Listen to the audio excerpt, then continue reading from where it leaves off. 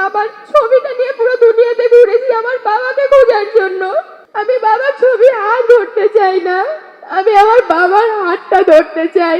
তোমাকে অনেক ভালোবাসি বাবা, তুমি কোথায়? ফিরে আসো তুমি আমার কাছে। 2013 সালের 4 ডিসেম্বর রাত 2:30টার দিকে আমার বাবাকে মাঝরাতে ঘুম থেকে উঠিয়ে বাসা থেকে তুলে নিয়ে যাওয়া হয়। শুধুমাত্র আমার বাবার দোষ ছিল, আমার বাবা স্বেচ্ছাসেবক দলের একজন সাধারণ সদস্য ছিল, এটাই ছিল আমার বাবার দোষ। আর কোনো দোষ ছিল না আমার বাবার। এই একটা কারণে আমার বাবাকে আমার থেকে 12টা বছর দূরে রেখেছে। আমি আমার বাবাকে 12টা বছর দেখিনি। বাবা কি যে 12টা বছর আমি বুঝিনি।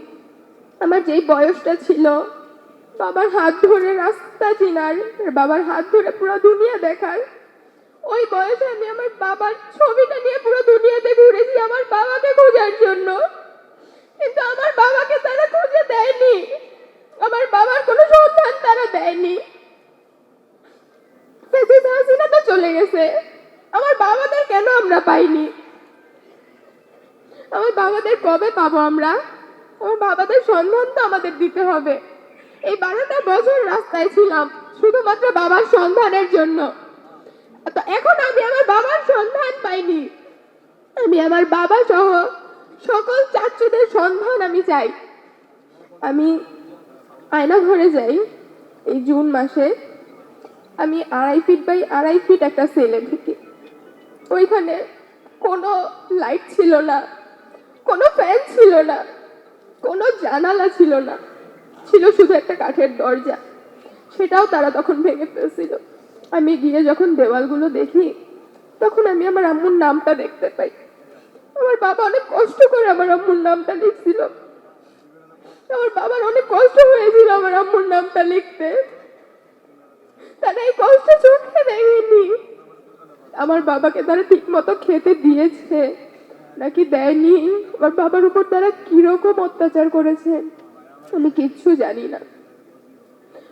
হাসিনা যাওয়ার পরে যারা আয়নাঘর ভেঙেছে আমি তাদের দেখতে চাই, তাদের শাস্তি চাই আমি। তারা হাসিনা যাওয়ার পরেও কেন এই আয়নাঘরে হাত দিল?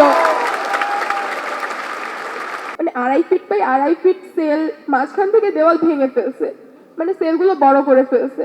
অনেক লেখা ছিল ওই সেলে, ওইগুলো রং দিয়ে মুছে ফেলছে, কিচ্ছু দেখা যাচ্ছিল না। কিন্তু আমার বাবা যে আমার মায়ের নামটা লিখেছিল ওইটা অনেক গর্ত করে লিখেছিল, রং দেওয়ার পরে ওইটা স্পষ্ট দেখা যাচ্ছিল, ওইটা মুছেনি। তখনই আমি ভাবছি যে আমার বাবা ওটা কি দিয়ে লিখছিল।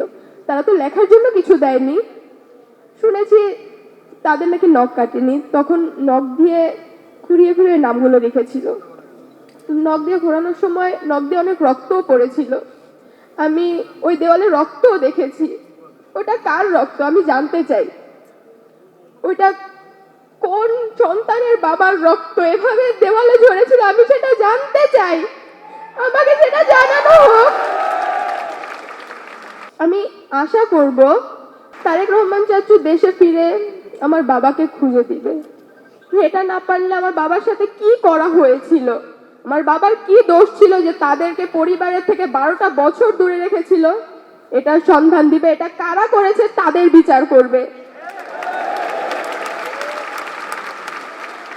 আমার কথাগুলো শুনে আপনাদের সবার চোখ দিয়ে পানি গড়াবে, সবারই মন কাঁদবে।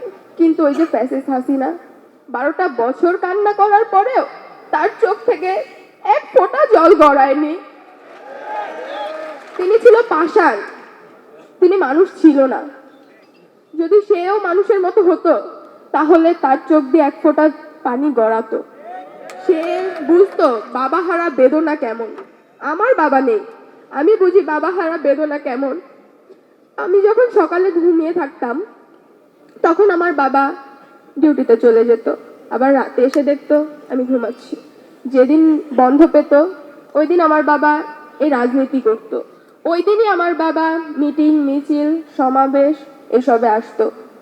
আমার বাবার কি দোষ ছিল আমি এখনো জানি না, আমি জানতে চাই আমার বাবা, সুমন চাচু, মাসুম চাচু, আদনান চাচু, তাদের কি দোষ ছিল?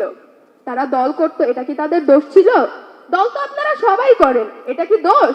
এটা তো কোনো দোষের কথা না। দল করার জন্য কেন মানুষকে গুম করা হবে? কেন 12টা বছর তাদের পরিবারের কাছ থেকে দূরে রাখা হবে? আমি এটার বিচার চাই। তারেক রহমান চাচা এটার বিচার করুক। আর আমাদের এই বয়সে আমি যে পড়াশোনা করছি, আমি স্কুলে যাই, বাবার হাতটা ধরে আমি স্কুলে যেতে পারি না। আমি দেখি আমার ফ্রেন্ডরা বাবার হাত ধরে স্কুলে আসছে, আবার ছুটির পর ওদের বাবা ওদেরকে নিতে আসছে, ওদের বাবার সাথে যাচ্ছে। আমি তখন এক দৃষ্টিতে ওদের কাছে তাকিয়ে থাকি আর আম্মুকে বলি, আম্মু আমার বাবা আসবে না, আমি আমার বাবার হাত ধরে স্কুলে যাব না। আমি কি এই অধিকারটা রাখি না আমার বাবার হাত ধরার? আমি কেন বাবার ছবি ধরে এখনো হাঁটবো? আমি বাবার ছবি আর ধরতে চাই না, আমি আমার বাবার হাতটা ধরতে চাই। আমি আমার বাবাকে জড়িয়ে ধরে বলতে চাই, বাবা তোমাকে অনেক ভালোবাসি, বাবা তুমি কোথায়? ফিরে আসো তুমি আমার কাছে। খবরের কাগজ, নিখাত, নির্ভীক, নিরপেক্ষ।